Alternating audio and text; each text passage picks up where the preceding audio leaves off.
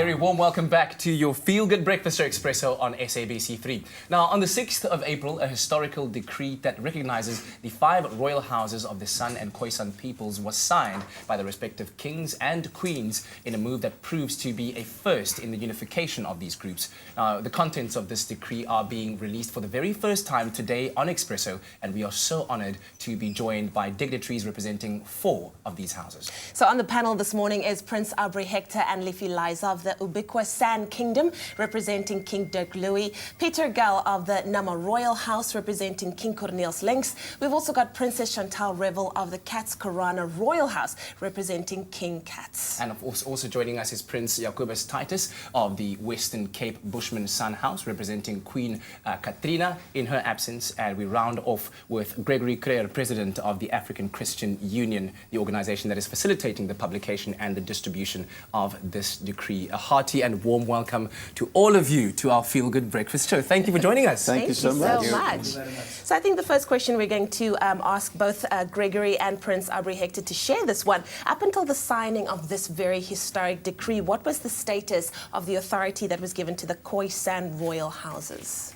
Yeah, so let me just start off by saying that the good book tells us that where there's no king, there's in fact, it says that people do as they please.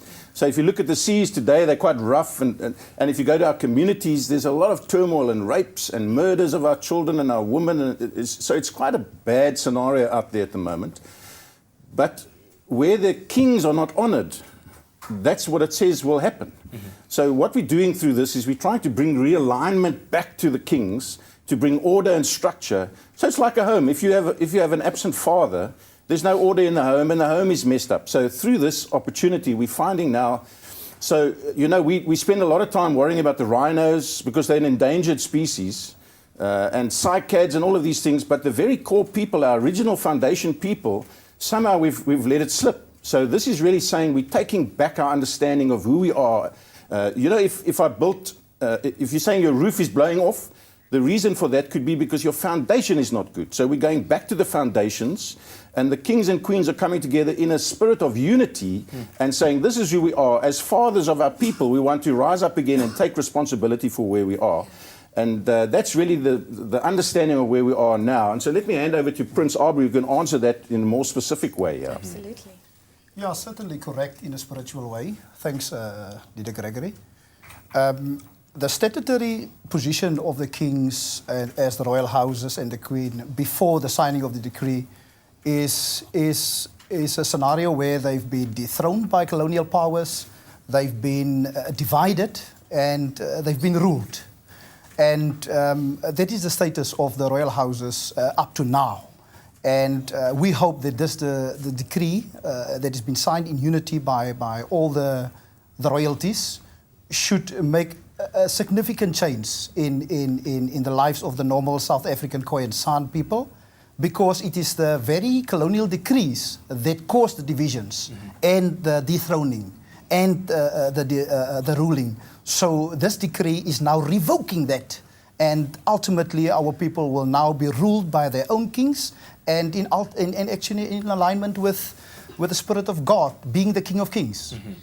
May I ask, just to go further into detail, in terms of what this decree and the signing thereof now allows the royal houses to do, and how it allows the people, the San and the Khoisan people, to be recognised from a legislative point of view, Princess Chantal? First of all, it allows the kings or the communities to see that yes, we are working in unity, yes, we are recognising each other, we speak out of one mouth, we're taking back that unity. As you know, the perception of a so-called coloured people, we're taking that away. Because we do have somewhere we come from, the very roots of Africa. We are not a coloured people without a heritage. That is who we are, fundamentally to Africa. And there is legislation in process, yes, and we are all aware of that. There are 2 different parts of legislation in South Africa running currently.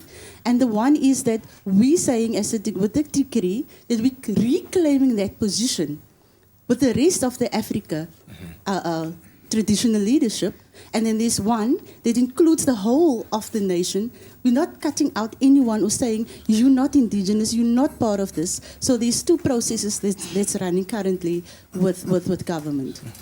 And then I think, Prince Jacobus, could you maybe just tell us why it's so important that so-called minority peoples be recognized in this way? Dat is net recht dat onze rechten geërkend wordt. Allemaal die mensen van Zuid-Afrika. Onze rechten geërkend wordt in die land. En ik voel ons was gestript van onze rechten. Van onze menswaardigheid. En dat die degree, dat zal terugbrengen aan al ons mensen. En dat ons gaan voelen, onze menswaardigheid. En dat ons zal weten, daar is toekomst voor ons allemaal. Absolutely. Thank you so much for being here with us, and we'll ask you to please stay here because we would like to discuss this a little bit further, and we hope that you at home stay tuned as we'll be chatting to the esteemed representatives of the San and Khoisan royal houses about the significance of this historic decree.